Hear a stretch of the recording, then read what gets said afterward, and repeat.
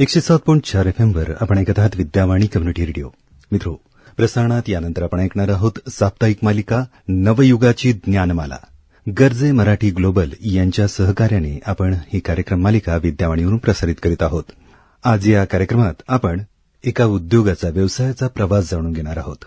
आज आपण आयटेक RFID या कंपनीचे संस्थापक आणि मुख्य कार्यकारी अधिकारी अशीम पाटील यांच्याशी संवाद साधणार आहोत.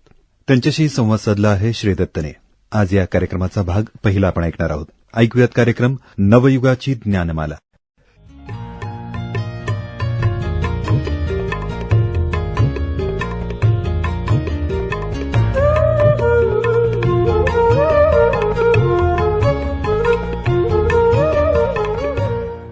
श्रोते हो, नमस्कार. विद्यावाणी कम्युनिटी रेडिओ केंद्र अर्थात 107.4 FM वर मी श्रीदत्त आमच्या सर्व श्रोत्यांचं सहर्ष स्वागत करतो या कार्यक्रमात, ज्याचं नाव आहे नवयुगाची ज्ञानमाला. मित्रांनो आणि मैत्रिणींनो, तुम्हाला माहिती आहे की गरजे मराठी ग्लोबल या संस्थेच्या सहकार्यानं या नवयुगाच्या ज्ञानमालेमध्ये आपण दर आठवड्याला एका वेगळ्या व्यक्तिमत्वाला आणि त्याने केलेल्या एका वेगळ्या कामाला जाणून घेत असतो. आज देखील माझ्यासमोर एक वेगळं आणि ज्याला सीमा नाही, ज्याच्या कार्याला सीमा नाही, असं एक व्यक्तिमत्व बसलेलं आहे. खरं तर त्याची कहाणी मी तुम्हाला सांगतो आणि मग पुढे जाऊयात. मित्रांनो, कोल्हापूरमधल्या एका खेडेगावचा मूळचा असणारा हा विद्यार्थी, ज्याचा जन्म नागपूरमध्ये झाला आणि तुमच्या माझ्यासारखाच तो शाळेत शिकला, महाविद्यालयात शिकला. पुण्यातल्या MIT मध्ये आपल्या सावित्रीबाई फुले पुणे विद्यापीठाचाच विद्यार्थी आहे. त्याने इंजिनिअरिंगची डिग्री घेतली आणि इथंपर्यंत हा सर्वसामान्य विद्यार्थी होता आणि सगळ्या तुमच्या माझ्यासारख्याच अनेक अडचणींना तोंड देत देत ग्रॅज्युएशन पूर्ण झालं, इंजिनिअरिंग झालं. मात्र जेव्हा पहिल्यांदा एका मोठ्या ब्रँडच्या कंपनीमध्ये इंटरव्ह्यूसाठी गेला, तिथं ग्रुप डिस्कशन होतं आणि ग्रुप डिस्कशनमध्ये या इंजिनियर तरुणाला काही बोलताच आलं नाही. कदाचित ग्रुप डिस्कशन इंग्लिशमध्ये होतं म्हणून, कदाचित जास्त टेक्निकल होतं म्हणून. तुम्हाला आम्हाला देखील याच अडचणी येतात ना. पण पुढे गेल्यावर देखील एका कंपनीत इंटरव्ह्यूला गेल्यावरती इंटरव्ह्यूला काही सांगता आलं नाही म्हणून फेल झाला. नोकरी करायचीच नाही असं ठरवून टाकलं. आणि मित्रांनो, त्यानंतर मात्र एक वेगळी जिद्द, एक वेगळी आतली ऊर्जा घेऊन हा तरुण कामाला लागला आणि त्याने एक विश्व निर्माण केलं. होय मित्रांनो, विश्व निर्माण केलं. गेल्या 2014-2016 नंतर भारतामध्ये जे फास्टॅग आपण सगळ्या वाहनांना लावण्यासाठी सुरुवात केलेलं आहे, त्याचं जे तंत्रज्ञान आहे, भारतातल्या बहुतांश वाहनांना लागलेला जो टॅग आहे, त्या टॅगची निर्मिती, त्या टॅगच्या मागचं तंत्रज्ञान जे RFID टेक्नॉलॉजी म्हणून आपण ओळखतो, त्या RFID तंत्रज्ञानामधला आजच्या क्षेत्रातला अग्रणी उद्योजक अशीम अशोक पाटील हे आत्ता माझ्यासमोर विद्यावाणीच्या स्टुडिओमध्ये बसलेले आहेत. सर नमस्कार. नमस्कार. तुमचं खूप स्वागत आहे. मी आमच्या सगळ्या तरुण विद्यार्थी मित्रांना तुमची एक वेगळी ओळख यासाठी करून दिली की अनेक सारे विद्यार्थी असे आहेत की ज्यांना फास्टॅगबद्दल माहिती आहे, पण त्याच्या उगमाबद्दल, त्याच्या आतल्या टेक्नॉलॉजीबद्दल माहित नाहीये. आणि म्हणूनच आज 2 अँगलनी आपण तुमच्याशी बोलणार आहोत. एक म्हणजे मी जो आत्ता सगळा प्रवास सांगितला, त्या प्रवासात घडणाऱ्या वेगळ्या गोष्टी, घटना, त्या मला प्रेरित करतील. आणि दुसरं म्हणजे मी तंत्रज्ञानाच्या क्षेत्रामध्ये इतकी मोठी उडी घेतलेली आहे, तिला जायंट जंप असं म्हणूयात, तर ती घेतली, त्याच्याविषयी देखील जाणून घेऊयात. तर मला सुरुवातीला तुम्हाला विचारावं असं वाटेल की तुम्ही इंजिनिअरिंग केलं, मात्र नोकरी करायची नाही, तर तंत्रज्ञानाच्या क्षेत्रात जायचं ठरलं. पण त्याच्या आधी मला असं माहिती की पिंपरीमध्ये तेव्हाच्या काळामध्ये ॲपटेकची एक फ्रँचायझी तुम्हाला मिळाली. तो काळ मला वाटतं 90च्या दशकातला, 98 साली. हा, तर त्याच्याविषयी आम्हाला थोडंसं सांगा. ती सुरुवात कशी झाली? सर्वप्रथम श्रीदत्तजी, ही मला संधी दिल्याबद्दल मी आपले मनपूर्वक आभार मानतो. आपण जे विचारलं ते अतिशय महत्वाचा प्रश्न आहे, कारण मी एका शेतकरी कुटुंबातनं येतो. आमच्या घरात व्यवसाय कोणी करायचा म्हटला, मग भांडवल आणि बाकीचे इतर सगळे ते हे, त्यापेक्षा आपली नोकरी बरी किंवा तू शेती कर. हे आता इंजिनिअरिंग केल्यानंतर मग आता शेती करायला तर काही परत आपल्याला जमलं नसतं. त्यामुळं तो विषय हे होता, नोकरी काही मिळत नव्हती. पण मी तुम्हाला सांगतो की हे सगळ्या जे संध्या आपल्याला मिळत असतात, तुम्ही काय प्रकारची संगत ठेवता त्याच्यावरती होतं. मला देवाच्या कृपेने खूप चांगले मित्र लाभले, खूप चांगली संगत नेहमी लाभली. आणि you are as good as the company you keep, असं जे म्हणतो. त्यावेळेला असं झालं की व्यवसाय जर करायचा तर मी केलेलं मेकॅनिकल इंजिनिअरिंग.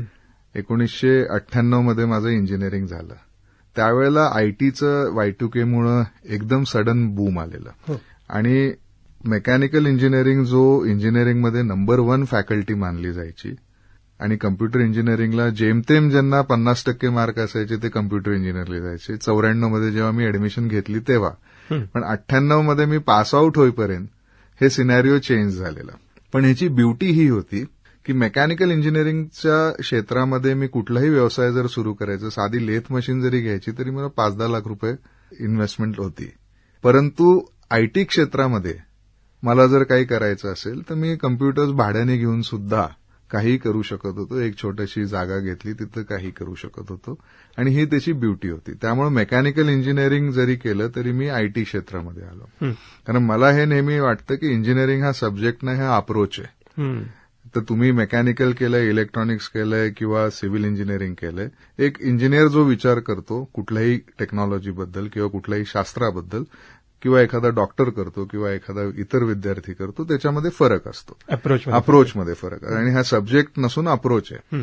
तर आम्ही विचार केला की मी ह्या क्षेत्रामध्ये उतरावं आणि त्यावेळेला स्वतःचा तर काही ब्रँड नव्हता, स्वतःची काही ओळख नव्हती. त्यामुळं काय करावं, तर कम्प्युटर एज्युकेशन त्यावेळेला बऱ्यापैकी बूममध्ये होतं आणि त्यावेळेस आजकालच्या विद्यार्थ्यांना कदाचित हे ब्रँड्स माहिती नसतील, पण ॲपटेक, NIT अशा प्रकारचे ब्रँड्स होते आणि त्यांची फ्रँचायझी मॉडेल्स होते. तर काही मित्रांच्या मदतीने, सहाय्याने आम्ही थोडंसं कर्ज घेऊ शकलो आणि त्या कर्ज घेऊन मी ती फ्रँचायझी, आणि ती पण मेन सिटीमध्ये न घेता पिंपरीला, कारण ती स्वस्तामध्ये मिळत होती, तर ती फ्रँचायझी घ्यायचं ठरलं आणि तिथून मग व्यवसाय क्षेत्रामध्ये सुरुवात झाली. वा, जिथं संधी मिळाली मेकॅनिकल सोडून कम्प्युटर्सकडे की आयटीकडे वळालात आणि तेही पिंपरीसारख्या ठिकाणी. तुमचा प्रवास खरं तर महाराष्ट्रात वेगवेगळ्या ठिकाणाहून झालेला आहे. म्हणजे नागपूरमध्ये जन्म झाला, अकोल्यात प्राथमिक पूर्व प्राथमिक शिक्षण, त्याच्यानंतर पुण्यामध्ये महाविद्यालयीन शिक्षण आणि मग मेकॅनिकल सोडून इकडे आलात. वेगवेगळ्या ठिकाणी फिरण्याची सवय असल्यामुळेच की काय कदाचित तंत्रज्ञानात आलात आणि तिथेही पुन्हा RFID हे त्या काळात अगदी नव्यानं आलं होतं, जायचं असं ठरलं का अगदी ठरवून RFIDच करायचं असं काही होतं? नाही, जसं मी आपल्याला सांगितलं की ऑपॉर्च्युनिटीजमध्ये प्रत्येकाचा एक नेचर असतो. मी काही फार विचार कुठल्याही गोष्टीचा केस काढत बसत नाही, फार त्याचं डायसेक्शन करण्यात काही अर्थ नसतो. आणि एस्पेशली त्या एजमध्ये जेव्हा you have nothing to lose, ते जस्ट सुरूच करत होतो, विचार करण्यात किती वेळ घालवणार, त्यापेक्षा एखादी गोष्ट जमते की नाही करून बघावी.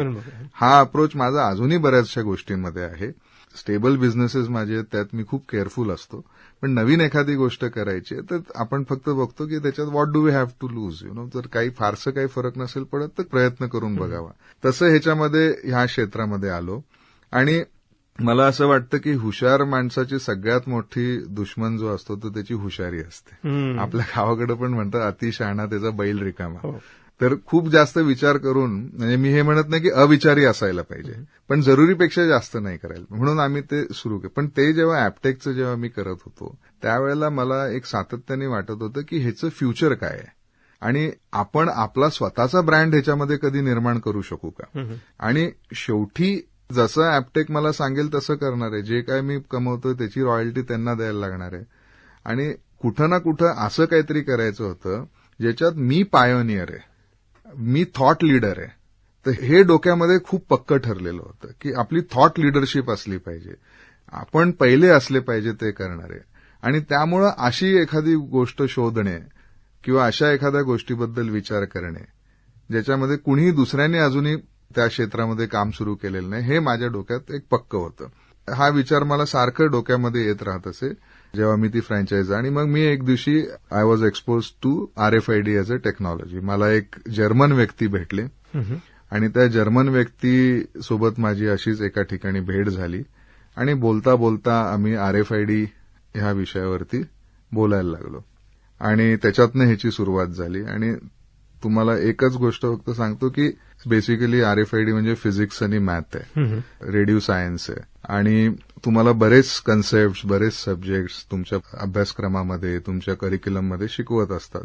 काही तुम्हाला अगदी सहजपणे त्याचे फंडामेंटल्स लक्षात येतात, काही कितीही शिकवलं तरी तुमच्या लक्षात येत नाही. तसं RFID मला एक मी फक्त बघितलं की मला जे काही तो जर्मन व्यक्ती सांगत होता, समजवायचा प्रयत्न करत होता, ही वॉज ऑल्सो डिलायटेड की मला किती लवकर हे कळतंय. कळतंय. सो मला कुठेतरी असं वाटलं की दिस इज मेंट टू बी. आणि ह्या क्षेत्रामध्ये दुसऱ्या ज्यांना थोडंसं अवघड जातंय, मला सोपं का बरं जातंय, मला का बरं कळतंय, मला ह्याची नाडी का सापडते, मला ह्याची पल्स का सापडते, तर आपण ह्याच्यात अजून थोडंसं सखोल उतरावं आणि तिथून त्याची सुरुवात झाली. म्हणजे हे क्षेत्र आपल्यासाठी आहे आणि आपण या क्षेत्रासाठी आहोत हे त्या दिवशी कळालं.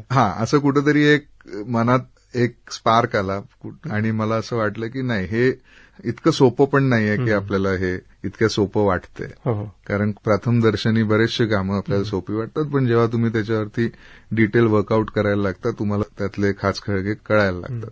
म्हणून मला असं वाटलं की कुठेतरी तो एक संकेत होता की आपण या क्षेत्रामध्ये काहीतरी करू शकू. प्रयत्न करायला काहीच हरकत नाही, कारण दुसरे काही ऑप्शन असे काही फार असे नव्हते. त्यामुळे करूया. वा. श्रोते हो, विद्यावाणी कम्युनिटी रेडिओ केंद्रावर अर्थात 107.4 FM वर नवयुगाची ज्ञानमाला या कार्यक्रमामध्ये आपण उद्योजक अशीम पाटील यांच्यासोबत चर्चा करत आहोत. त्यांनी 2 गोष्टी आपल्याला सांगितल्या की त्यांना असं काहीतरी करायचं होतं की ज्याच्यात पायोनियर राहायचं होतं. म्हणजे सुरुवातीला असं क्षेत्र निवडायचं की ज्याच्यात मीच या गोष्टीमध्ये पहिले करेन. ही उद्योजकाची सगळ्यात मोठी आणि चांगली ओळख आहे. त्याचबरोबर त्यांच्याकडे हेही होतं की नवीन गोष्टी शिकायच्या होत्या, तसंच नवीन गोष्टी ऍक्सेप्ट करायच्या आणि आपलं क्षेत्र नेमकं काय आहे हे शोधून काढायचं, हे त्यांनी नक्की ठरवलेलं होतं. आणि छोटी गोष्ट कुठली करायचीच नव्हती, काहीतरी मोठंच करायचं होतं, म्हणून ते या क्षेत्रात आले. अशीम सर, जेव्हा तुम्ही RFID टेक्नॉलॉजीमध्ये जेव्हा काम सुरू केलं, मला वाटतं की सुरुवातीला लायब्ररीजमध्ये पुस्तकांवरती आम्हीही पाहिलंय की आमच्या लायब्ररीजमध्ये सगळ्याच महाविद्यालयांच्या विद्यापीठाच्या पुस्तकांसाठी RFID टॅग लावले जातात.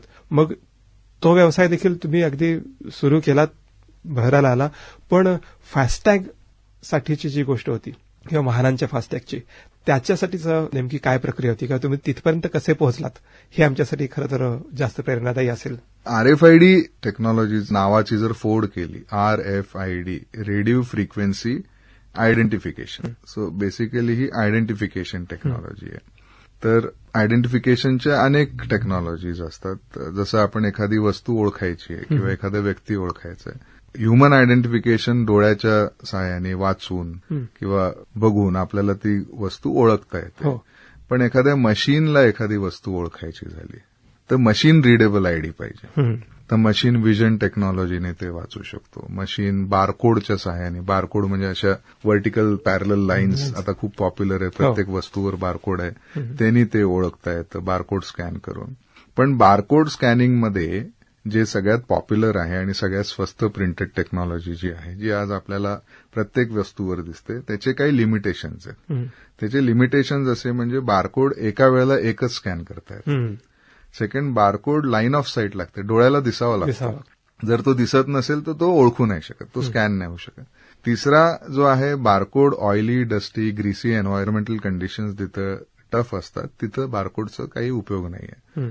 चौथी गोष्ट म्हणजे बारकोड इझिली डुप्लिकेट होऊ शकतो. कोणी त्याचा फोटो काढून कॉपी करून, आज QR कोड पण वापरला जातो, कोणी QR कोडचा फोटो काढून पण स्कॅन करू शकतो. व्हिजन टेक्नॉलॉजीमध्ये हे लिमिटेशन आहे. तर ह्या लिमिटेशन्समुळे बारकोड किंवा बारकोड सारख्या टेक्नॉलॉजीजमुळे काही ऍप्लिकेशन्स व्हायसाठी लिमिटेशन्स होते. आणि त्यात अजून एक गोष्ट म्हणजे बारकोड स्कॅनिंगला एक स्पेसिफिक रेंज होती.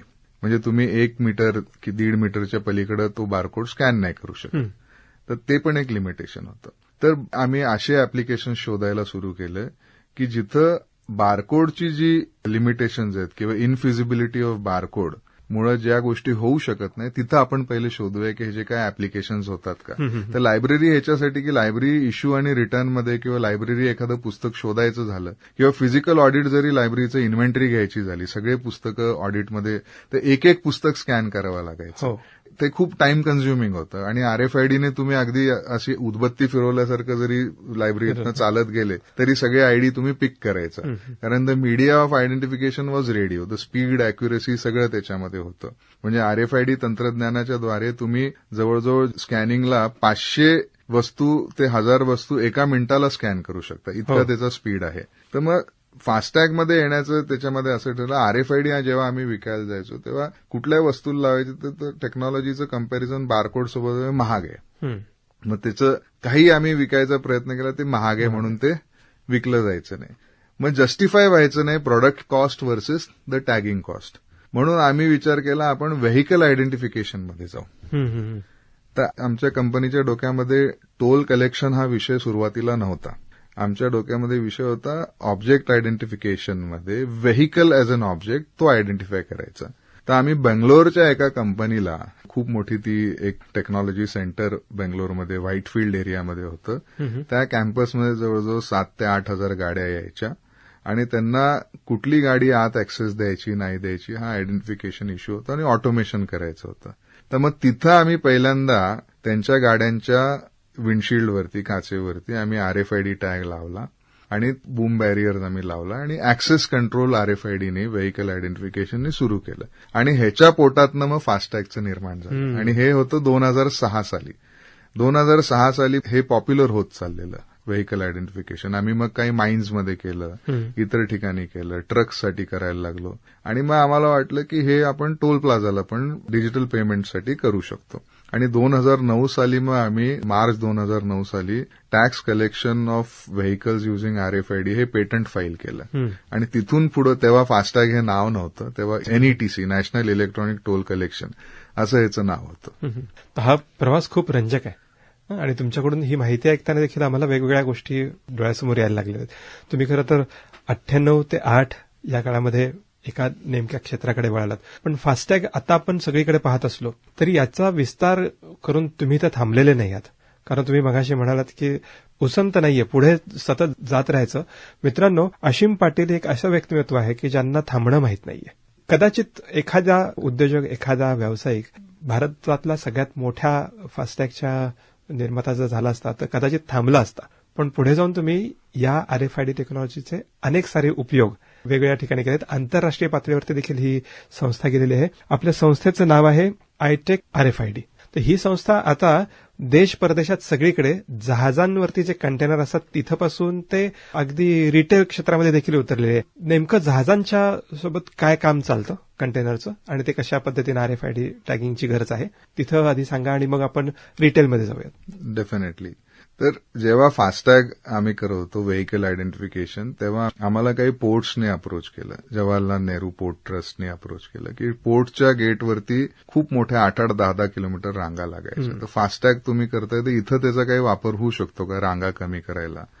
तर आम्ही जेव्हा तिथं गेलो, सगळा सर्व्हे केला, तर फास्टॅगनी त्या रांगा काही इतक्या लगेच, कारण तेवढाच एक बॉटलनेक नव्हता व्हेइकल, इतर अजून. तर आम्ही मग ऑटोमेशन, इतर टेक्नॉलॉजीज सगळ्या वापरून त्याचं सिस्टीम इंटिग्रेशन करून गेट ऑटोमेशन पोर्टसाठी करायला सुरू केलं.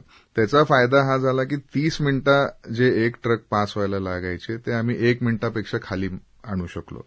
म्हणजे from 30 minutes to less than 1 minute. म्हणजे मगाशी जसं आपण म्हणालो की एक उदबत्ती घेऊन लायब्ररीचं करतो तसं हे गेटमध्ये जो बॉटलनेक होता आपल्या देशाच्या निर्यातामध्ये, त्या गाड्या उभ्या आहे. भारतामध्ये एखादी टेक्नॉलॉजी डिप्लॉय करणं आणि जगामध्ये ती चालत असेल तरी भारतात चालेल याचे नक्की नसतं. म्हणजे भारतात चालतं ते जगात नक्की चालतं. म्हणून आपल्या आयटी क्षेत्रात किंवा टेक्नॉलॉजी क्षेत्रातल्या कंपनी सक्सेसफुल आहे. ते भारतामध्ये डेव्हलप करतात, बिल्ड करतात, एक्सपिरियन्स करतात आणि जगात रेप्लिकेट करतात.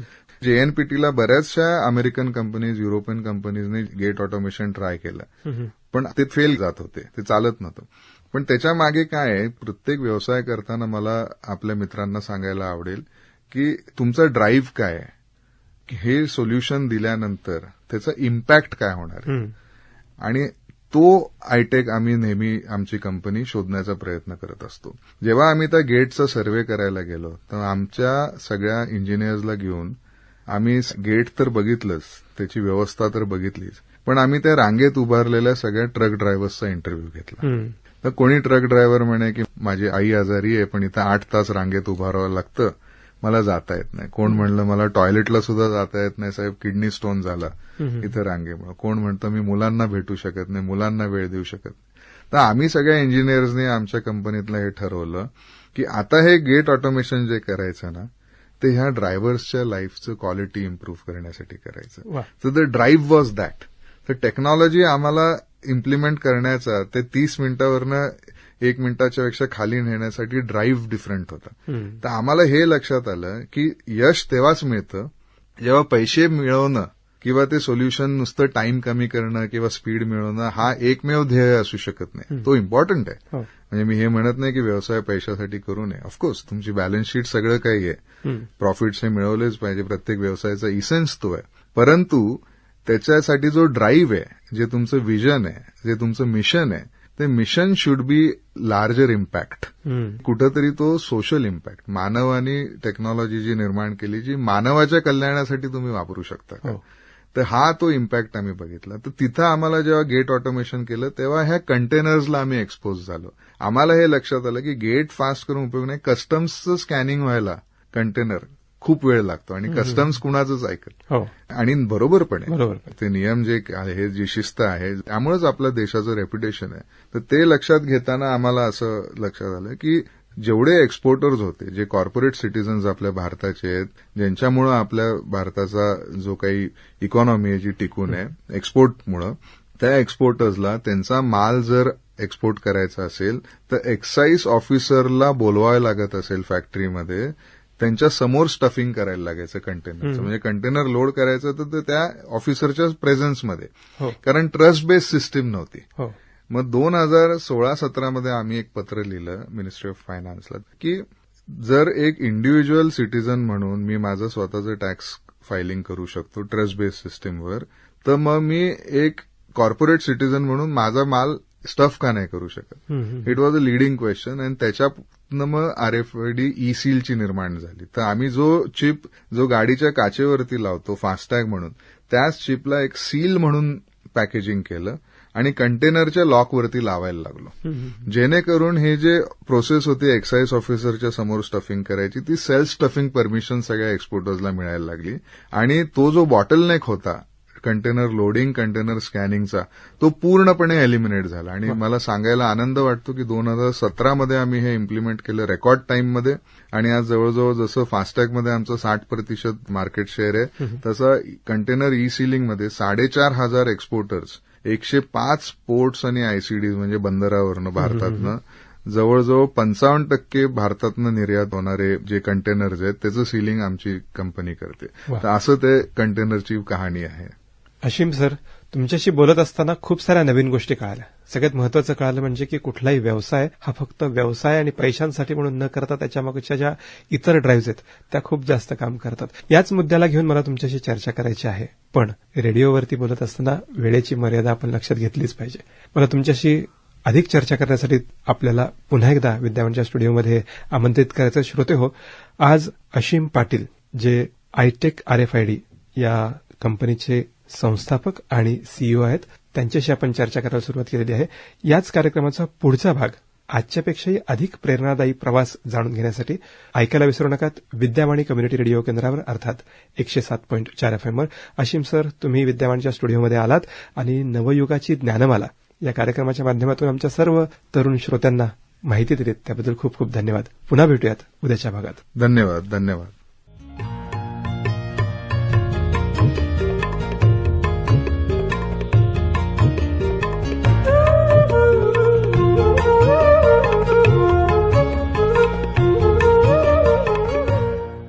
मित्रहो, आताच आपण नवयुगाची ज्ञानमाला या कार्यक्रमांतर्गत आयटेक RFID या कंपनीचे संस्थापक आणि मुख्य कार्यकारी अधिकारी अशीम पाटील यांच्या व्यावसायिक प्रवासाबद्दल जाणून घेतलं. त्यांच्याशी संवाद साधला होता श्री दत्तने. नवयुगाची ज्ञानमाला हा कार्यक्रम गर्जे मराठी ग्लोबल यांच्या सहकार्याने आपण विद्यावाणीहून प्रसारित करीत आहोत. या कार्यक्रमाविषयी आपल्या प्रतिक्रिया आपण आम्हाला 744-722-1074 अर्थातच 7447221074 या क्रमांकावर अथवा vidyawani.fm@gmail.com या मेल आयडीवर कळवू शकता. ऐकत रहा विद्यावाणी 107.4 FM, आपला आवाज आपला रेडिओ. 107.4 FM वर आपण ऐकत आहात विद्यावाणी सामुदायिक रेडिओ, आपला आवाज आपला रेडिओ. प्रसारणात यानंतर आपण ऐकणार आहोत साप्ताहिक मालिका नवयुगाची ज्ञानमाला. गर्जे मराठी ग्लोबल यांच्या सहकार्याने आपण ही कार्यक्रम मालिका ऐकत आहोत. मित्रहो, काल या कार्यक्रमात आपण आयटेक RFID या कंपनीचे संस्थापक आणि मुख्य कार्यकारी अधिकारी अशीम पाटील यांच्याकडून या कंपनीची सुरुवात कशी झाली आणि ही कंपनी स्थापित कशी झाली या प्रवासाबद्दल जाणून घेतल्यात. आज आपण त्यांच्याकडून या कंपनीच्या विस्ताराविषयी माहिती घेणार आहोत.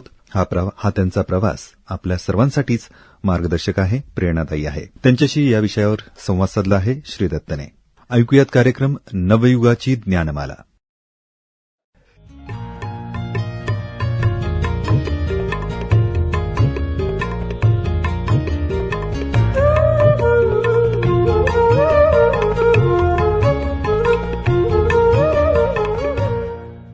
श्रोतेहो नमस्कार.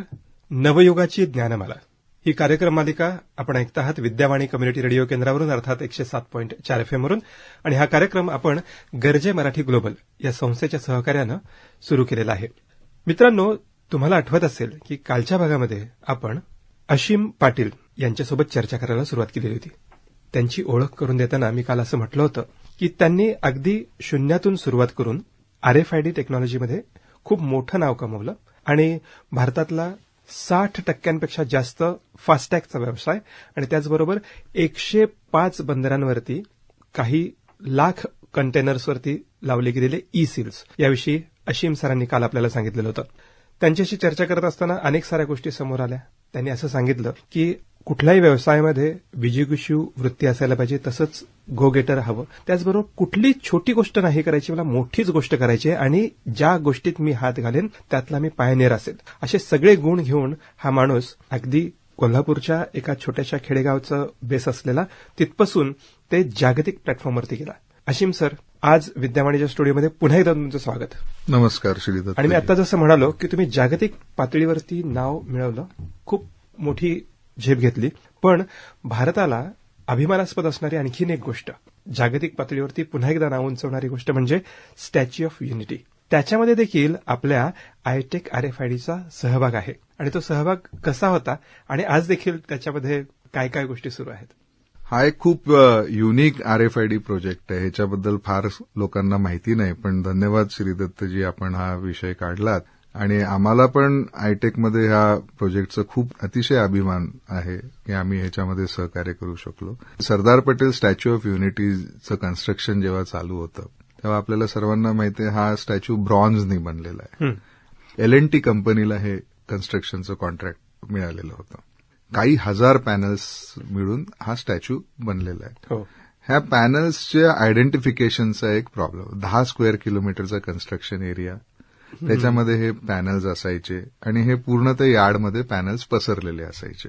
आता पायाच्या अंगठ्यापासून, नखापासून ते डोक्यापर्यंत हा स्टॅच्यू हळूहळू वर चढत गेला आणि तो पॅनल तिथं लावायचा होता.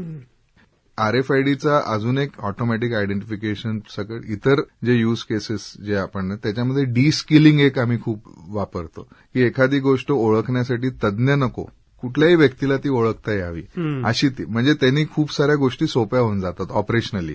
तर ते डिस्किलिंगच्या दृष्टिकोनातून RFID टॅगिंग करण्यात आलं की तो पॅनल कोणीही जाऊन उचलून आणता यायला पाहिजे की हा आता नेक्स्ट इन लाईन आहे, हा नेक्स्ट इन लाईन आहे, त्याची क्युईंग सिस्टीम सारखी. तर प्रत्येक पॅनलला आपण 2 RFID टॅग लावलेले आहेत. एक रिडंडंट टॅग आहे आणि त्याला 50 वर्षाची लाईफ दिलेली आहे. त्या टॅगिंग 50 वर्षाची वॉरंटी आहे. म्हणजे असं नाही की तू 50 वर्षांनी बंद पडून जाणार. टेलिव्हिजनची वॉरंटी 1 वर्ष, आपण किती वर्ष वापरतो, तर आणि ती डेटा रिटेन्शन वॉरंटी दिलेली आहे. तर असं करून आपण ते टॅग लावला आणि जेव्हा स्टॅच्यू कन्स्ट्रक्शन व्हायला लावलं, identification and retrieval of the पॅनल्ससाठी तो वापरला. आणि आता सुद्धा जर आपण स्टॅच्यूला कधी व्हिजिट करायला गेलात, त्या एलिव्हेटरमधनं गेलात, तर पिवळ्या रंगाचे आपल्याला त्याच्यावरती RFID टॅग्स दिसतील, त्याच्यावरती आयटेक लिहिलेलं आहे. आणि आता समजा ऑपरेशन अँड मेंटेनन्समध्ये तो स्टॅच्यू, त्याचं नाक आहे, नाक समजा 5-6 पॅनल्सनी बनलेलं आहे, ते नाक जर क्रुकेड दिसायला लागलं, थोडंसं काही त्याच्यामध्ये तफावत दिसायला लागली, तर ते स्कॅन करतात आणि कुठला पार्ट ऑर्डर करायचा हे त्यांना कळतं. जो ऑपरेशन अँड मेंटेनन्ससाठी RFIDचा वापर होतो. नेमका टॅग सापडला की तेवढाच पार्ट पुन्हा तेवढाच रिप्लेस करता येईल. अगदी बरोबर. आणि खरं तर अशा पद्धतीचं काम करायला मिळणं हे जास्त समाधानाची गोष्ट असते. मला वाटतं की आतापर्यंत तुम्ही इंडस्ट्रीजसाठी, सरकारसाठी किंवा मोठ्या मोठ्या कंपन्यांसाठी खूप चांगलं काम केलं. त्याचबरोबर आणखीन गोष्टी अशा होत्या की तुमचा व्यवसाय अधिकाधिक लोकांपर्यंत पोहोचण्यामध्ये, रिटेलिंगमध्ये पण येणं खूप गरजेचं होतं. RFID तंत्रज्ञान म्हणून खूप उच्च आहे, ते खूप किचकट आहे. तुम्ही अतिशय सोप्या भाषेमध्ये आमच्या श्रोत्यांना सांगतात. तर आता सांगा की रिटेलमध्ये, म्हणजे अगदी शर्ट्सच्या वरती असणारा टॅग आहे, त्याच्यामध्ये देखील आता आयटेक RFID मोठ्या प्रमाणावरती काम करते. तर ते नेमकं सुरू कसं झालं किंवा कशा पद्धतीने या क्षेत्राकडे पाहावंसं वाटलं? कारण आपण जेव्हा बंदरं, जहाज आणि तिथले ते कंटेनर्स हे बघितलं, तर तशी बघितली तर ती संख्या लिमिटेड आहे. शर्ट्स म्हणजे थेट करोडोमध्ये संख्या, इतके सारे वेगवेगळे टॅग. चॅलेंज तर मोठं असेल. कसे काय तिकडे जायचं ठरलं आणि आता कसे तिकडे एस्टॅब्लिश झालेले आहात? प्रत्येक व्यवसायाचा आणि प्रत्येक व्यावसायिकाचा एकमेव उद्देश म्हणजे ग्रोथ असतो.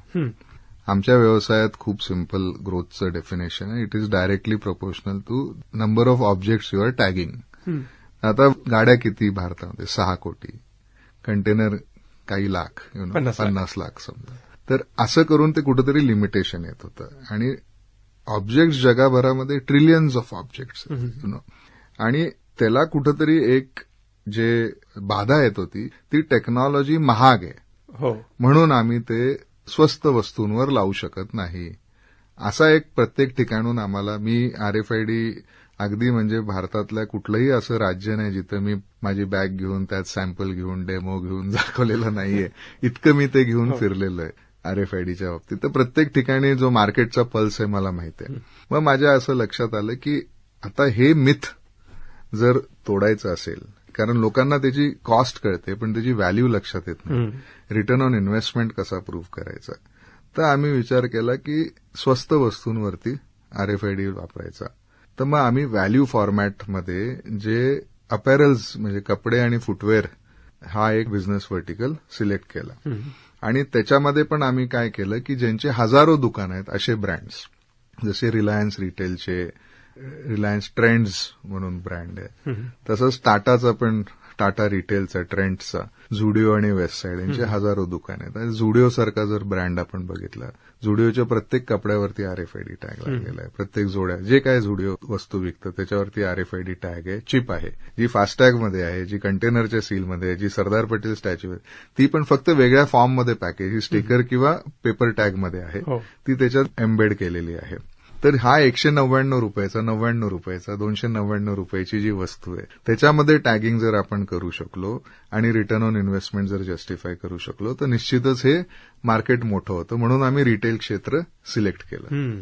खरं तर रिटेल क्षेत्रात प्रवेश करणं ही मोठी गोष्ट होतीच. तिथं प्रवेश केल्यानंतर चॅलेंजेस पण खूप सारे आले. तुमच्याकडे क्लायंट्स खूप चांगले होते, रिलायन्स असेल, टाटा असेल, मग तिथे नेमके कोणते चॅलेंजेस आले आणि त्याच्यावरती तुम्ही कसे ओव्हरकम करत होतात?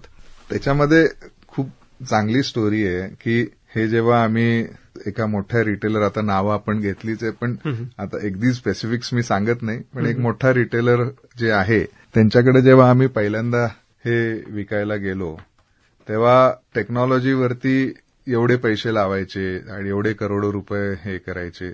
आणि बरेचदा काय असतं की आम्ही पायनियरिंग कामं करत असल्यामुळं कस्टमरला तर माहित नसतंच की काय होणार आहे, बरेचदा आम्हालाही माहिती नसतं. त्यामुळं आमचा विकण्याची पद्धत म्हणजे पहिले प्रूफ ऑफ कन्सेप्ट करा, मग पायलट करा आणि मग रोल आउटकडे जायचं, तो पण फेज रोल आउट. कारण कस्टमरचा एक्झिस्टिंग बिझनेस डिस्टर्ब न होता हे नवीन सगळे सोल्युशन्स तिथे डिप्लॉय करावे लागतात. आणि इंटिग्रेट म्हणजे आम्ही सिस्टीम इंटिग्रेटर आहोत. तर कुठलीही सिस्टीम हा शब्द म्हणला की तो सब सिस्टीमच असते कुठल्या तरी मोठ्या सिस्टीमची, हे सिस्टीमचं डेफिनेशन आहे. तर we have to go and integrate with some system. त्यामुळं ते सिमलेस इंटिग्रेशन पाहिजे आणि त्याच्यामध्ये त्यांच्या एक्झिस्टिंग ऑपरेशन्स, एक्झिस्टिंग बिझनेसचं डिस्रप्शन नाही होता कामा. तर ते हळूच शिरकावा करावा लागतो. तर आम्ही त्याच्यामध्ये सांगायची कहाणी म्हणजे अशी की मी त्या रिटेलरशी बोलत असताना त्यांना म्हणलेलं की तुम्हाला हे प्रूव्ह करायचंय. ते म्हणले आम्हाला फ्री पायलट करून द्या. म्हणलं मी तुम्हाला फ्री तर काय देणार नाही, मी पैसे घेणार. ते म्हणले किती पैसे घेणार? ते म्हणलं मी ₹1 घेणार. तर मी तो ₹1 याच्यासाठी, कारण ऑर्डर जी आहे ती प्रोसेसनीच झाली. म्हणजे मी त्यांचा वेंडर रजिस्टर झालो, त्यांना सगळे प्रॉडक्ट मिळाले, डिलिव्हरी तशी झाली आणि मी ₹1.18 विथ GST पैसे सुद्धा घेतले तेवढ्या मोठ्या कंपनीकडनं. तर माझं जे काय काम झालं, फ्रीची किंमत नसते, ₹1 पण नाही, पण प्रोसेसेस सगळ्या जागेवर बसल्या. आणि त्यामध्ये मग आम्ही त्यांना एक पहिलं स्टोअर RFID वरती ऑपरेशनल करून दिलं. त्या पहिल्या स्टोअरमध्ये त्यांना हे जे बेनिफिट्स जे मिळायला लागले RFIDमुळे, म्हणजे एक तर त्यांची स्टॉक अॅक्युरेसी वाढली, त्याच्यानंतर त्या स्टोअरमध्ये इनबाउंड आउटबाउंड मुव्हमेंटसाठी नाईट शिफ्ट चालायची. आता नाईट शिफ्ट जर त्या दुकानात चालवायची, रात्रीची 20 झाली, लोकांना तिथं यायला लागायचं, ही नाईट शिफ्ट त्यांची त्या स्टोअरमध्ये ओव्हरहेड्स वाढत जायची. म्हणजे मेन जे आम्ही मगाशी तुम्हाला म्हटलं सोशल इम्पॅक्ट, तर कुणालाच नाईट शिफ्टमध्ये काम करायला आवडत नाही. वर्क लाईफ बॅलन्स आपण म्हणतो, तर RFIDमुळे वर्क लाईफ बॅलन्स यायला लागला. त्यानंतर असे अनेक बेनिफिट्स आम्ही त्यांना त्याच्यामध्ये द्यायला लागलो. आणि मग ते जेव्हा त्यांच्या लक्षात आलं की ह्या टेक्नॉलॉजीचे एवढे फायदे आहेत, तर ती ऑर्डर गॉट कन्व्हर्टेड. आणि मग आता प्रत्येक स्टोअरमध्ये, हजारो स्टोअर्समध्ये आणि करोडो कपड्यांवरती. म्हणजे आम्ही जवळजवळ आयटेक एकटी कंपनी आहे जी साधारण वर्षाला आम्ही 300 कोटी कपड्यांवरती टॅग्स लावतो, कपडे आणि जोडे. आणि जे की पुनर्वापर करता येण्यासाठी हो, त्याच्यामध्ये आपण सर्क्युलर इकॉनॉमी, जग आपल्याला सस्टेनेबिलिटी आणि आपल्याला सर्क्युलर इकॉनॉमी बद्दल परदेशात खूप बोललं जातं, पण एक भारतीय व्यक्ती आहे ना ट्रू सेन्समध्ये सस्टेनेबल असतो. आपल्याकडे कुठलीही वस्तू वाया जात नाही, आपल्याकडे कुठलीही वस्तू फेकण्याची आपली वृत्ती नाहीये. ती जर त्याच्यात जीव आहे तर त्याला परत कसं वापरू शकतो. म्हणजे उसाचा रस जर काढत असतील, मी सगळे माझ्याकडनं फॉरेनर्स येतात, ते म्हणतात की तुम्ही टेक्नॉलॉजीचा ROI कसा काढता, तर मी त्यांना गुऱ्हाळात घेऊन जातो. म्हणतो बघा आमच्याकडे रस कसा निघतो, का 10 रुपयात ग्लास मिळतो, ते एकदा टाकला परत टाकला. एक आता अलीकडे मी एका परदेशी माणसाला घेऊन गेलो, तो म्हणला आता हे फेकून देणार का, तर मी त्या मुलाला म्हणलं काय रे दादा आता फेकणार का, अहो साहेब म्हणलं 1 ग्लास आहे आता अजून. त्याच्यातनं त्या चौथ्यातनं त्यांनी 1 ग्लास काढला. म्हटलं this is where we draw the juice from. आणि हे भारत आहे आणि हे भारताचं सोल्युशन अप्रोच आहे, म्हणून आपण हे सगळं अचीव्ह करू शकतो. तर coming back to the topic, हे आम्ही केलं. रिटेल क्षेत्रामध्ये ही क्रांती घडली आणि ह्याच्या मागचं पण जे धोरण होतं, जसं मी तुम्हाला ते नाईट शिफ्टचं सांगितलं, ह्या कस्टमरकडे आम्ही 1 एप्रिल 2024 पासून जवळजवळ त्यांच्या 1,500 शाखांमध्ये नाईट शिफ्ट बंद करून टाकल्या. तर म्हणजे प्रचंड सेव्हिंग्स त्याच्यामध्ये आले. जे सायकल काउंट म्हणजे त्यांच्या वेअरहाऊसमध्ये इन्व्हेंटरी घ्यायला 200 दिवस लागायचे, ते 200 दिवसाला आम्ही 8 दिवसावरती आलो. आणि हे RFIDची पॉवर आहे आणि त्याच्यामध्ये बिन लेवल अॅक्युरेसी त्यांना मिळाली. आणि जसं तुम्ही म्हणला थांबायचं नाही, आता आम्ही ध्येय घेतलेलं आहे की पुढच्या 18 महिन्यामध्ये जे 200चं 8 केलं ते आम्ही 1 दिवसावर कसं आणू शकतो. तर इन्व्हेंटरी ऑन डिमांड, त्यांची जेव्हा इच्छा आहे तेव्हा त्यांना घेता यायला पाहिजे, at the click of a button घेता यायला पाहिजे. हे आमचं एक नवीन आता मिशन आम्ही घेतलेलं आहे. खरंच विद्यावाणी कम्युनिटी रेडिओ केंद्रावरती श्रोते हो, नवयुगाची ज्ञानमाला या कार्यक्रम मालिकेमध्ये नवयुगाचा एक शिलेदार आपल्यासमोर बसलाय, अशीम पाटील. आणि त्यांनी खूप चांगल्या गोष्टी सांगितल्या. त्यांच्या वृत्तीमध्येच आहे की अगदी उसाच्या गुऱ्हाळासारख्या छोट्याशा दुकानामधून देखील त्यांनी शिक्षण घेतलं, तिथून त्यांनी प्रेरणा घेतली. त्याचबरोबर ती जेव्हा जेव्हा काम करू तेव्हा ते फक्त पैशासाठी न करता समाजाच्या हितासाठी म्हणून करूयात अशी प्रेरणा घेणारा हा युवक, जेव्हा त्याच्या व्यवसायाची वाढ होते, वृद्धी होते, तर तिथं काहीतरी पैशांच्या पलीकडे शोधणारा हा युवक कधीतरी असं म्हणतो की माझ्या व्यवसायाचा जो कोणी मालक आहे किंवा जो कोणी चेअरपर्सन आहे तो विठ्ठल आहे. ही काय संकल्पना आहे नेमकी? हे मी फक्त संकल्पना नाही, हे मी खऱ्या अर्थाने मानतो की आमच्या कंपनीचे जे चेअरमन आहेत ते पांडुरंग आहेत. अच्छा. आणि हे मी नाही, आमची पूर्ण कंपनी मानते. मी एक वारकरी कुटुंबातनं येतो, कोल्हापूर. तुम्ही ऑलरेडी सांगितलंच माझ्या मूळ गावाबद्दल. आणि मी स्वतः पायी वारी करतो, माझी पत्नी. आम्ही गेले 15 वर्ष, एवढंच नाही, कोविडमध्ये सुद्धा पूर्ण वारी बंद होती, पण 2 वर्ष आम्ही दोघंच रस्त्याने चालत होतो. त्याच्याबद्दल एक वेगळा तुम्हाला एपिसोड करता येईल, एवढं त्या वारीचे अनुभव आहेत. परंतु आमचा हा स्ट्रॉंग बिलीफ आहे की ज्याच्या इच्छेशिवाय एक पान सुद्धा हलू शकत नाही या जगामध्ये, ह्या सृष्टीमध्ये. तर आपण आणि तुम्ही आणि आम्ही काय करू शकणार. आणि मला कोणी मेंटॉर नव्हता सुरुवातीच्या काळामध्ये, व्यावसायिक फर्स्ट जनरेशन ऑन्टरप्रेनर असल्यामुळे. आणि जेव्हा मी गेल्या 25 वर्षाचा प्रवास पण जेव्हा बघतो, व गोष्टी घडत गेल्या. आपण फक्त प्रामाणिकपणाने काम करत राहिलो आणि जी पण गोष्ट त्याला मागितली, जी पण गोष्ट त्याच्या समोर बोललो, आणि ज्या गोष्टीमध्ये प्रामाणिकपणा होता. आणि प्रत्येक गोष्ट मला असं वाटतं की व्यवसाय म्हणला की कुठंतरी लोकांना वाटतं की पूर्णपणे खरं बोलून होऊ शकत नाही. मी ह्या संकल्पनेला पूर्ण मोडून टाकू शकतो, असे अनुभव मी तुम्हाला सांगू शकतो. ऑनेस्टी आणि integrity is the core essence, त्याच्याशिवाय काही पुढे होऊच शकत नाही. आणि म्हणून हे सगळे जे अनुभव येत गेले, त्याच्यामुळे मी पांडुरंगाला आमचं चेअरमन समजतो आणि आहेतच ते आमचे चेअरमन. आणि त्यांच्याच आशीर्वादाने हे सगळं चाललेलं आहे. जेव्हा व्यवसाय सुरू केला 1998 नंतर हा व्यवसाय वृद्धी होत गेली आणि आज आपण जेव्हा 2025 मध्ये आहोत, व्यवसायाचा विस्तार होता, नवनवीन माणसं जोडली गेली. व्यवसायाचा विस्तार होत असताना वेगवेगळ्या ठिकाणी काम करावं लागलं. तुम्ही सुरुवातीला म्हणालात की असं एक राज्य नाही सुटलं, एखादा असा व्यवसाय नाही सुटला जिथं मी स्वतः नाही गेलेलो बॅग घेऊन. आता किती स्ट्रेंथ आहे आणि किती वेगळ्या ठिकाणी आपण काम करत आहात? आता जर तुम्ही थोडंसं RFID टेक्नॉलॉजीबद्दल मी विद्यार्थी पण भरपूर आपली मालिका ऐकतायत, तर मी त्यांना थोडंसं मोटिवेट करू इच्छितो की त्यांनी ह्या टेक्नॉलॉजीकडे बघावं. आज जर जागतिक बाजारपेठ जर बघितली RFIDची, तर मागच्या वर्षी मित्रांनो आपण जवळजवळ 54 बिलियन प्रॉडक्ट्सला RFID टॅगिंग केलं जगात, पूर्ण जगात. त्या 54 बिलियन टॅग्सची जी व्हॅल्यू होती ती व्हॅल्यू $1.7 ट्रिलियन होती. आणि एखाद्या व्यवसायाचा जेव्हा आपण नफा तोटा बघतो तेव्हा एबिटा एक खूप मोठा त्याचा एक पॅरामीटर असतो. तर ह्या $1.7 ट्रिलियन व्हॅल्यूच्या वस्तूंचा $17 बिलियन त्याचा एबिटा होता.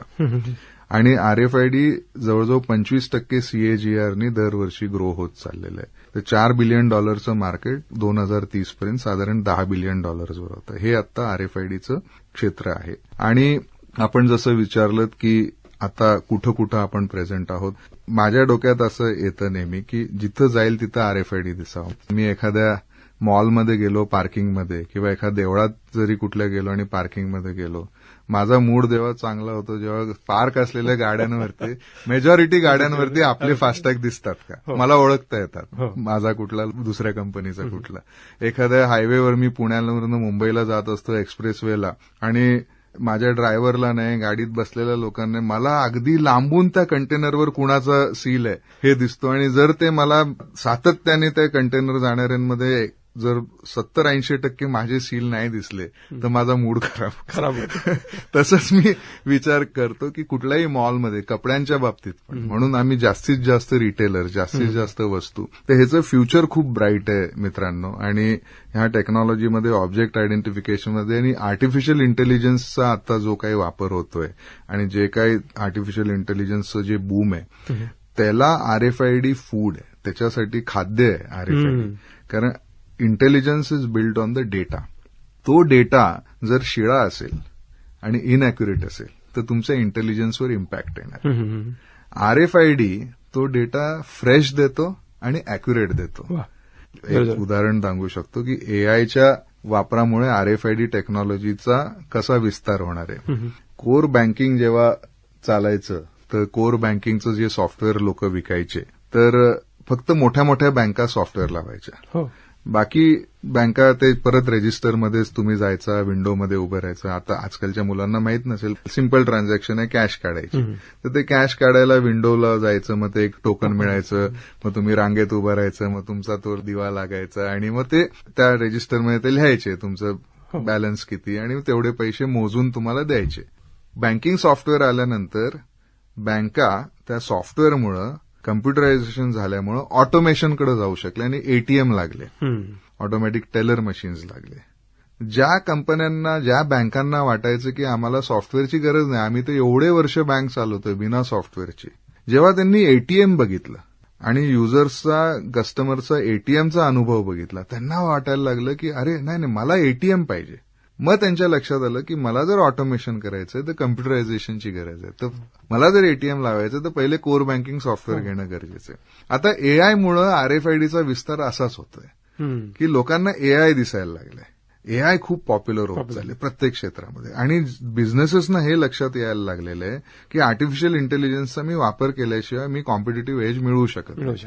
आणि तो आर्टिफिशियल इंटेलिजन्स अधिक इंटेलिजंट करण्यासाठी मला डेटाची गरज आहे.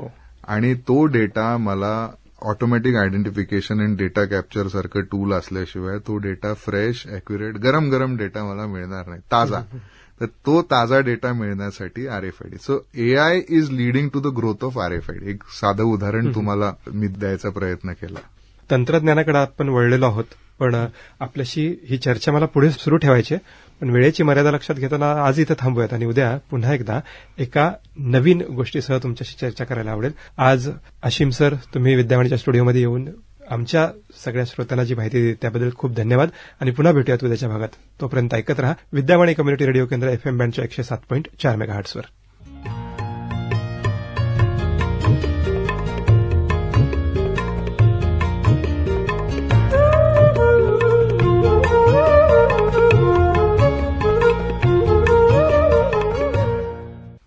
मित्रहो, आताच आपण आयटेक RFID या कंपनीचे संस्थापक आणि मुख्य कार्यकारी अधिकारी अशीम पाटील यांच्याकडून व्यवसायाच्या विस्ताराबद्दल जाणून घेतलं. त्यांच्याशी संवाद साधला होता श्रीदत्तने. नवयुगाची ज्ञानमाला ही कार्यक्रम मालिका आपण गर्जे मराठी ग्लोबल यांच्या सहकार्याने प्रसारित करीत आहोत. या कार्यक्रमाविषयी आपल्या प्रतिक्रिया आपण आम्हाला 744-722-1074 अर्थातच 7447221074 या क्रमांकावर अथवा विद्यावाणी FM@gmail.com या मेल आयडीवर कळू शकता. ऐकत रहा विद्यावाणी 107.4 FM आपला आवाज आपला रेडिओ. तुम्ही ऐकत आहात विद्यावाणी 107.4 FM आपला आवाज आपला रेडिओ. प्रसारणात यानंतर आपण ऐकणार आहोत कार्यक्रम नवयुगाची ज्ञानमाला. मित्रहो, गेले 2 दिवस आपण अशीम पाटील यांच्याकडून आयटेक RFID या त्यांच्या कंपनीची सुरुवात आणि विस्ताराबद्दल जाणून घेतलं. आज या कार्यक्रमात आपण त्यांच्याकडून जे आपले तरुण मित्र आहेत, ज्यांना नवीन उद्योग सुरू करायचा आहे, याविषयी त्यांच्याकडून मार्गदर्शन घेणार आहोत. त्यांच्याशी या विषयावर संवाद साधतो श्रीदत्त. ऐकूयात नवयुगाची ज्ञानमाला हा कार्यक्रम.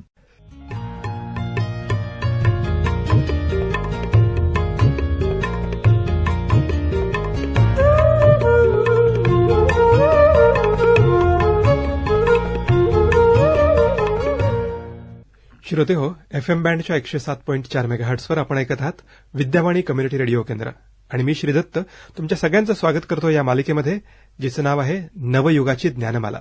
हा कार्यक्रम आपण गर्जे मराठी ग्लोबल या संस्थेच्या सहकार्यातून ऐकत आहात. मित्रांनो आणि मैत्रिणींनो, गेले 2 भाग आपण अशीम पाटील यांच्यासोबत चर्चा करतो आहोत. आयटेक RFID या संस्थेचे ते संस्थापक आहेत, CEO आहेत आणि त्यांनी आपल्याला गेल्या 2 भागांमध्ये सांगितलं की एखादा व्यावसायिक आपल्या व्यवसायाकडे आणि त्याचबरोबर एकूणच त्याच्या विस्ताराकडे कशा दृष्टिकोनातून पाहतो. आज आपण पुन्हा एकदा त्यांच्याशी चर्चा करण्यासाठी त्यांना विद्यावाणीच्या स्टुडिओमध्ये आमंत्रित केलेलं आहे. सर नमस्कार. नमस्कार आणि खूप खूप स्वागत आहे. मागच्या 2 भागांमध्ये आपण सांगितलं की अशीम पाटलांनी कशा पद्धतीने प्रगती केली. RFID टेक्नॉलॉजीच्या मदतीनं जगभरातल्या अनेक साऱ्या बंदरांमध्ये, भारतातल्या खूप साऱ्या रिटेल स्टोअर्समध्ये RFID टेक्नॉलॉजी कशी पोहोचली आणि तिथले नवीन नवीन क्षेत्र काबीज करत असताना तुमचा माइंडसेट काय होता आणि तुम्ही कशा पद्धतीने इकडे पुढे गेलात. आज मला तुम्हाला थोडंसं वेगळ्या बाजूकडे न्यायचंय. जेव्हा आपण मागच्या भागात म्हणालात की खूप सारे तरुण मुलं हा एपिसोड ऐकतात आणि आर्टिफिशियल इंटेलिजन्स सोबत काम करत असताना प्रत्येकाला आता RFID टेक्नॉलॉजी सोबत पण काम करणं तितकंच गरजेचं होणार आहे. पण मला तुम्हाला विचारायचं की तुमचा व्यवसाय जितक्या मोठ्या प्रमाणावरती वाढला, मागच्या भागात आपण काही आकडे ऐकले की ज्याच्यामध्ये 50 लाखपेक्षा जास्त कंटेनर आणि 53 बिलियनच्या टॅग्स लागलेले आहेत. हे सगळं करत असताना सगळ्यात महत्वाची गोष्ट असते की यासाठी कुठं ना कुठेतरी तुम्हाला आधी अभ्यास करावा लागतो, रिसर्च करावा लागतो. तुमचा रिसर्च कशा पद्धतीने तुम्ही करत होतात आणि नवीन तरुणांना काय सांगाल की किती डीप आणि किती विस्तारित असा रिसर्च केला पाहिजे. व्यवसायाचे किंवा टेक्नॉलॉजीचे 2 भाग आहेत. एक आहे कोर टेक्नॉलॉजीमध्ये रिसर्च अँड डेव्हलपमेंट आणि दुसरा भाग आहे जी टेक्नॉलॉजी ऑलरेडी एक्झिस्ट करते त्याचे ऍप्लिकेशन शोधणं. मी थोडंसं सेकंड पार्टवरती फोकस जास्त केला. आणि रिसर्चमध्ये जर आपल्याला जायचं असेल तर एकतर कॅपिटल लागतं, जे रिसोर्सेस तुम्हाला लागतात ते मुबलक नसतात आणि it's a very slow process. त्याच्यामध्ये डेफिनेट पडायला पाहिजे. मी असं म्हणत नाही की रिसर्च करायला नाही पाहिजे. रिसर्च शिवाय पुढे तुम्ही ग्रो नाही करू शकत. पण सुरुवात करत असताना स्टार्टअप मोडमध्ये मला असं वाटतं की आपण थोडंसं ऍप्लिकेशन मोडमध्ये गेलं पाहिजे. जसं आपल्याला गणित शिकवलं जायचं किंवा फिजिक्स शिकवलं जायचं किंवा काय, त्याचे ऍप्लिकेशन्स म्हणजे आपण फॉर्म्युला बनवायला जाणं किंवा हे रिसर्चमध्ये जाण्यापेक्षा त्याला अप्लाय कसं करणं, ह्या गणिताचा फायदा काय झाला, ह्या फिजिक्सचा, केमिस्ट्रीचा, मॅथ्सचा किंवा इतर, तर असंच टेक्नॉलॉजीचे ऍप्लिकेशन्सवरती मला असं वाटतं. आणि त्या ऍप्लिकेशन्ससाठी प्रूफ ऑफ कन्सेप्ट करणं, त्याचे नवीन नवीन एरियाज. आता जसं RFID आम्ही विचार केला, लॉजिस्टिक्समध्ये झालं, मॅन्युफॅक्चरिंगमध्ये झालं, गव्हर्नमेंटचे अनेक सोल्युशन्स आम्ही त्याच्यामध्ये फोकस करतोय. तसंच आम्ही अॅग्रिकल्चरमध्ये RFIDचा कसा वापर करू शकतो ह्याचा आता विचार करतोय की ऍप्लिकेशन शोधतोय. डिफेन्समध्ये RFIDचे कसे ऍप्लिकेशन्स येऊ शकतात त्याचा आम्ही आता विचार, एक व्हर्टिकल आम्ही एस्टॅब्लिश केलेलं आहे. असे वेगवेगळे ऍप्लिकेशन्स. तर सगळ्या श्रोत्यांना मी सांगू इच्छितो की 2 ऍस्पेक्ट्स असतात टेक्नॉलॉजी. एक रिसर्च साईड असते आणि एक ऍप्लिकेशन साईड असते. Very carefully you pick and choose की तुमचा बेंट ऑफ माइंड काय आहे. Research is your bent of mind का ऍप्लिकेशन तुमचा बेंट ऑफ माइंड, आणि त्याच्याप्रमाणे यू शुड पिक. दोन्हीकडे यश मिळू शकतं. नक्कीच. जेव्हा अशीम पाटील यांनी सुरुवात केली होती, खरं तर ते मेकॅनिकल इंजिनियर होते, पण कम्प्युटरमध्ये वळाले. त्याचं मूळचं कारण हेच होतं की रिसोर्सेस तिकडे जास्त लावावे लागणार होते, कदाचित काही 5-6 लाख रुपये तेव्हाच्या काळात. त्याच्याऐवजी कम्प्युटरमध्ये काही थोड्या लाखांमध्ये हे काम होऊ शकलं. तसंच अप्रोच असला पाहिजे. पण जेव्हा तरुण मुलं काहीतरी सुरू करायचं म्हणतात, एक स्पार्क असतो, एखादी ठिणगी दिसते आणि मग तिथून त्यांना सुरू करायचं असतं. मग असं कुठल्या तंत्रज्ञानाकडे वळावं किंवा तंत्रज्ञान यांना कसं उपयुक्त ठरू शकतं? नवीन तंत्रज्ञान मागच्या भागात आपण असं वळलो की खूप मोठ्या प्रमाणावरती आर्टिफिशियल इंटेलिजन्स मदत करत आहे. पण हे करत असताना तंत्रज्ञानाची मदत आणि स्वतःच्या आतमध्ये असणाऱ्या उर्मी किंवा त्या ज्या काही ऊर्जा जागृत झालेल्या असतात त्यांच्या सांगड कशी घालावी? तुम्ही कसं काय केलं होतं हे सगळं? मला सगळ्यांना हे सांगायचंय की पेशन्स अँड परसिव्हरन्स खूप महत्वाचं आहे. की कुठलीच गोष्ट 100% राईट किंवा रॉंग नसते. तसंच कुठलाच व्यवसाय पूर्णपणे सुरुवातीच्या काळामध्ये यशस्वी होईल का अयशस्वी होईल, तुम्ही किती त्याला परस्यू करता. आता मी शेतकरी आहे, माझ्या वडील शेतकरी, माझ्या शेतीचं उदाहरण देतो. आज तुम्हाला विहीर खणायची आहे समजा, असं कुठंतरी पृथ्वीवर जागा आहे का जिथं पाणी नाही? तुम्ही किती खोल जाता त्याच्यावरती आहे. अच्छा. तर एखाद्याला 100 मीटरला पाणी लागलं, एखाद्याला 200 मीटरला लागलं. आता 100 मीटरला पाणी आहे, तुम्ही 99ला थांबलात आणि वर निघून गेला, तर तुम्हाला असं वाटतं की अयशस्वी झालं, पाणी नाही लागलं. पण तुम्ही इनफ खोलीत गेला नाही. तर actually you have to start believing in yourself. सगळ्यात पहिले तुमचं जे ड्रीम आहे, तुमचं जे विजन आहे, त्याच्यामध्ये तुमचा बिलीफ सिस्टम खूप स्ट्रॉंग पाहिजे. आणि म्हणून मला तिथं वाटतं की तिथं फक्त सायंटिफिक बेंट ऑफ माइंड असून चालत नाही, थोडंसं स्पिरिच्युअल बेंट ऑफ माइंड. मागच्या एपिसोडमध्ये आपण जे विचारलेलं की जिथं मला असं वाटतं की we all are blessed to be born in India, आणि त्याच्या मागच्या अनेक कारणांमधलं एक कारण आहे आपलं कल्चरल हेरिटेज. आणि त्याच्यामध्ये रिलिजन हा खूप मोठा रोल प्ले करतो फ्रॉम द स्पिरिच्युअलिटी साईड. आणि त्याच्यामध्ये मी लोकांना डिवाइड करण्याचं रिलिजन नाही बोलत आहे, पण धर्म म्हणजे कॅरेक्टरिस्टिक. म्हणजे आपण म्हणतो एखाद्या फुलाचा धर्म काय, एखाद्या झाडाचा धर्म काय, एखाद्या प्राण्याचा धर्म काय, तसं मी बोलतोय. तर ह्याच्यामध्ये तो स्पिरिच्युअल बेंट ऑफ माइंड असला की तुम्हाला तुमची बिलीफ सिस्टम स्ट्रॉंग होत जाते. जिथं तुम्हाला तुमचे लो पॉइंट्स असतात प्रत्येक व्यवसायामध्ये, जेव्हा अभ्यास करत असतात, लहानपणी असतो आपण, किंवा इव्हन जे रिटायर झालेले लोक असू शकतात, त्यांचे पण काही रोज एक हाय आणि लो पॉइंट्स असतात. तिथं तुम्हाला साथ कशाची मिळते, आणि त्यावेळेला तुम्ही कुठल्या दिशेने जाता? व्यसनाच्या दिशेने जाता, वाम मार्गाच्या दिशेने जाता, का तुम्ही सातत्याने स्वतःच्या बिलीफमध्ये जाऊन अजून जोर लावून, अजून कंबर कसून, ताकद लावून काम करायला, किंवा अजून नवीन पद्धतीनं एखादं सोल्युशन किंवा एखादा टेक्नॉलॉजीचा वापर करायचा विचार करता? तर हा सगळ्यांना मला एक सल्ला राहील की थोडंसं स्पिरिच्युअल बेंट ऑफ माइंड ठेवलात आणि पेशन्स अँड परसिव्हरन्स ठेवला, तर तुम्ही जे काही करताय त्याच्यामध्ये यशस्वी होऊ शकता. आता किती यशस्वी व्हायचं त्याची बाजारपेठेवर आहे. तुमचं विजन काय आहे, तुमचं ड्रीम काय आहे, ओके. तर तुम्ही इव्हॅल्युएट करताना मग त्याचे जे काय पायलट्स पीओसीज करतायत त्याची बाजारपेठेचं मार्केट पण बघून घ्या. तुम्हाला जर कंपनी करायची आहे समजा 1,000 कोटीची, पण ते मार्केटच समजा 100 कोटीचं आहे, तर तुम्ही कसं करू शकाल? पण त्याच्यामध्ये जरुरी नाही की 1,000 कोटीची कंपनी करायला तुम्हाला एकाच मार्केटवर. मग सुरुवात जर तुम्ही ह्यानी केली आणि मग तुम्ही त्याच्यावरती बिल्ड ऑन करून तुम्ही पुढे जाऊ शकता. तर तुम्हाला कुठं पोचायचंय आणि तुमचं ध्येय जे आहे ना, हे विजन तुमचं मोठं पाहिजे, तुमचं ध्येय लार्जर देन लाईफ पाहिजे. मग कुठंतरी जाऊन मला वाटतं की आपण ते अचीव्ह करू शकतो. वा, खरं तर प्रत्येक व्यावसायिकाचा माइंडसेट किंवा मनाचा कल कसा असावा याची एक उत्तम परिभाषा तुम्ही आता करून दिलेली आहे. पण जेव्हा माइंडसेट असतो तेव्हा दुसरी एक गोष्ट त्याला सोबत लागते, ती म्हणजे की एक म्हणजे स्वतःची चिवट आणि कष्ट करण्याची खूप तयारी.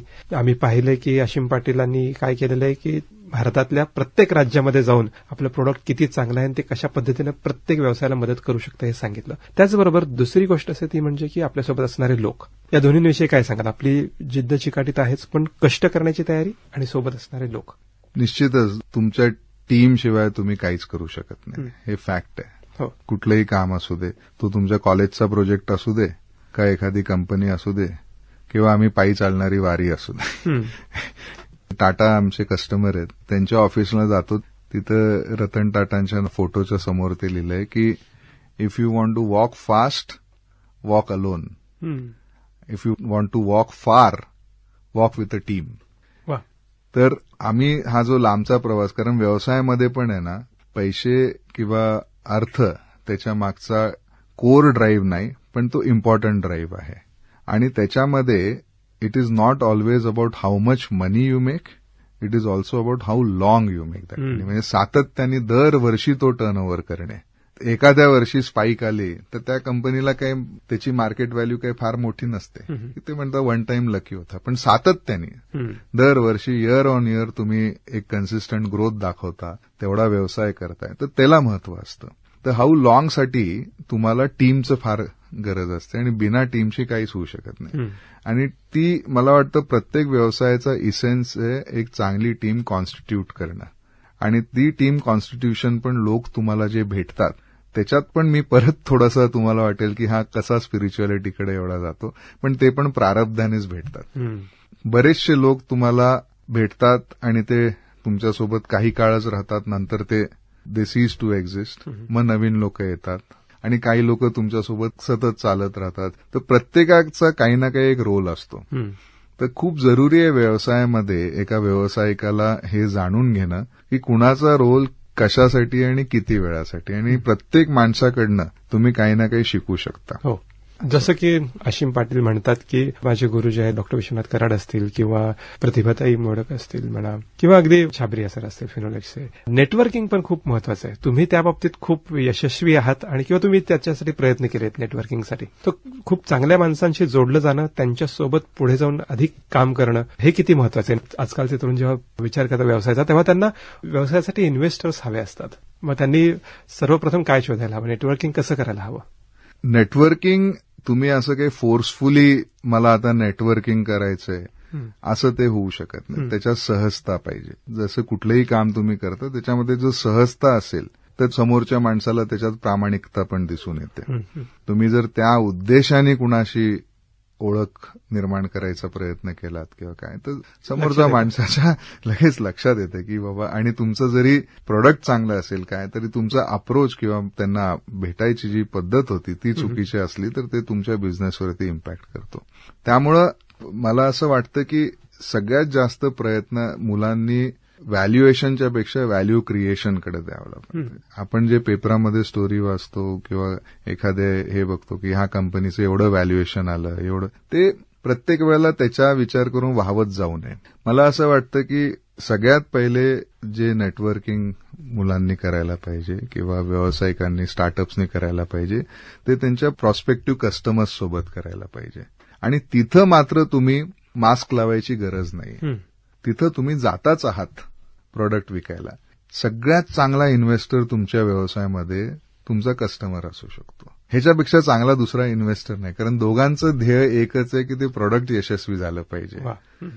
त्याच्यामध्ये पैसे कमवणं हा एक त्याचा सेकंडरी होतो. प्रॉडक्टवरती दोघांचं फोकस असतं. कस्टमरला वाटतं प्रॉडक्टची क्वालिटी आणि प्रॉडक्ट मला चांगलं मिळालं तर मला फायदा आहे, आणि आपल्यालाही पण तेच विजन असतं की हे प्रॉडक्ट चांगलं झालं तर तो पैसे देणार आहे.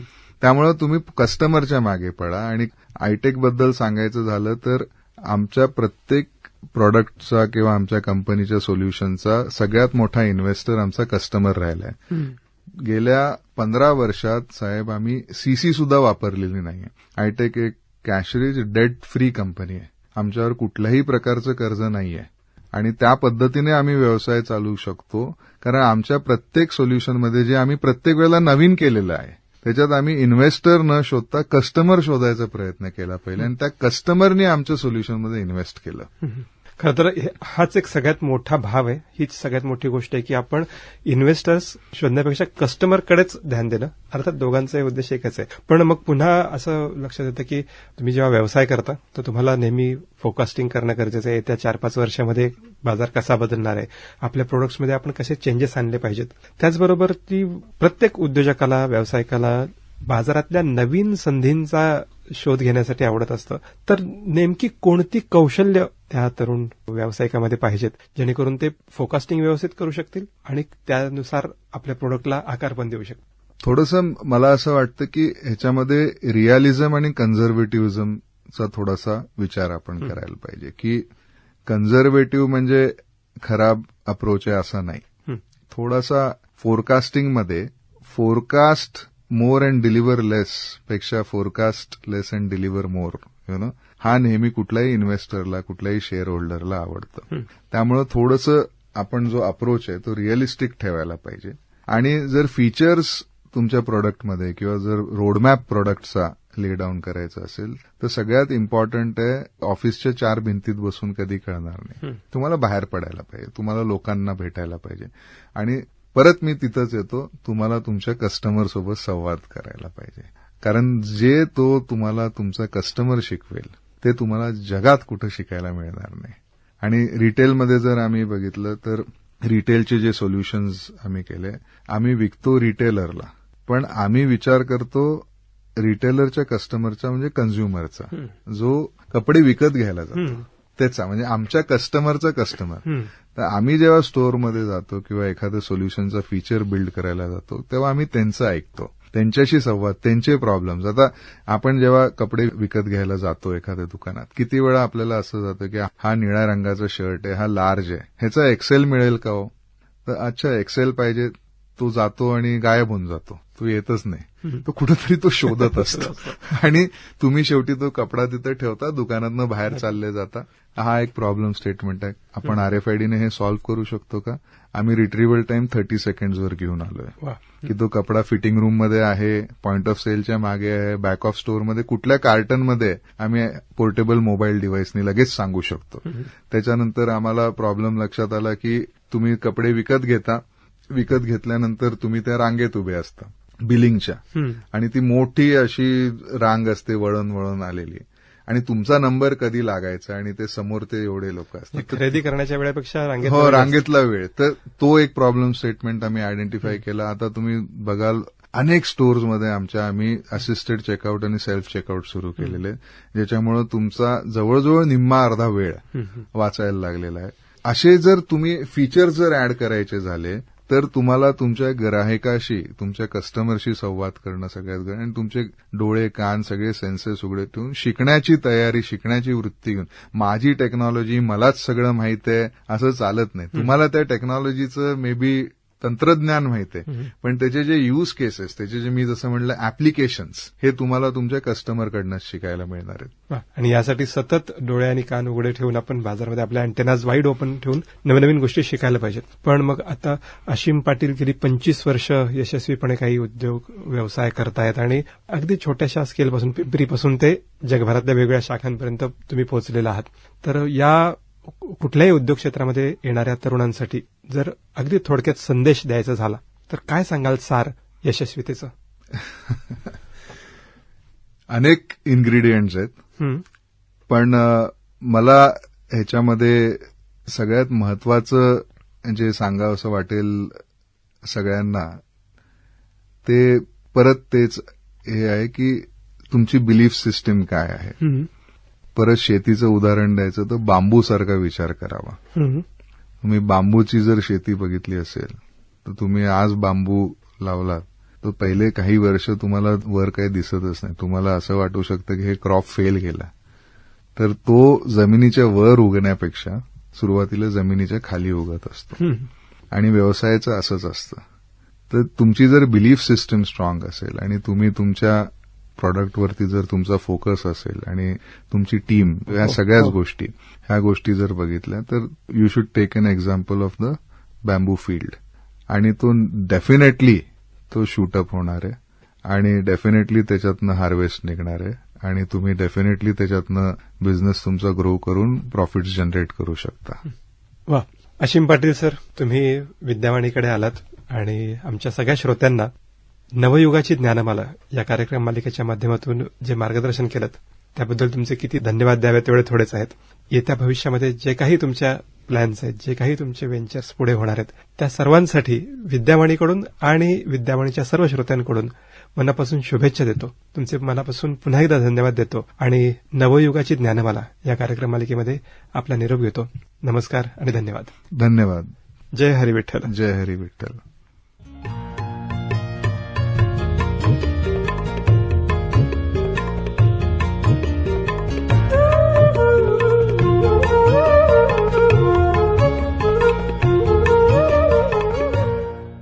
मित्रहो, तच आपण आयटेक RFID कंपनीचे संचालक, संस्थापक आणि मुख्य कार्यकारी अधिकारी असीम पाटील यांच्याकडून उद्योग सुरू करण्याबाबत मार्गदर्शन घेतलं. त्यांच्याशी या विषयावर संवाद साधला होता श्री दत्तने. नवयुगाची ज्ञानमाला या कार्यक्रमांतर्गत ही विशेष मुलाखत प्रसारित करण्यात आली. हा कार्यक्रम आपण गरजे मराठी ग्लोबल यांच्या सहकार्याने प्रसारित केला. मित्रो, या कार्यक्रमाविषयी आपल्या प्रतिक्रिया आपण आम्हाला 7447221074 अर्थातच 7447221074 या क्रमांकावर अथवा vidyawani@gmail.com या मेल आयडीवर पाठवू शकता. ऐकत रहा विद्यावाणी 107.4 FM, आपला आवाज आपला रेडिओ.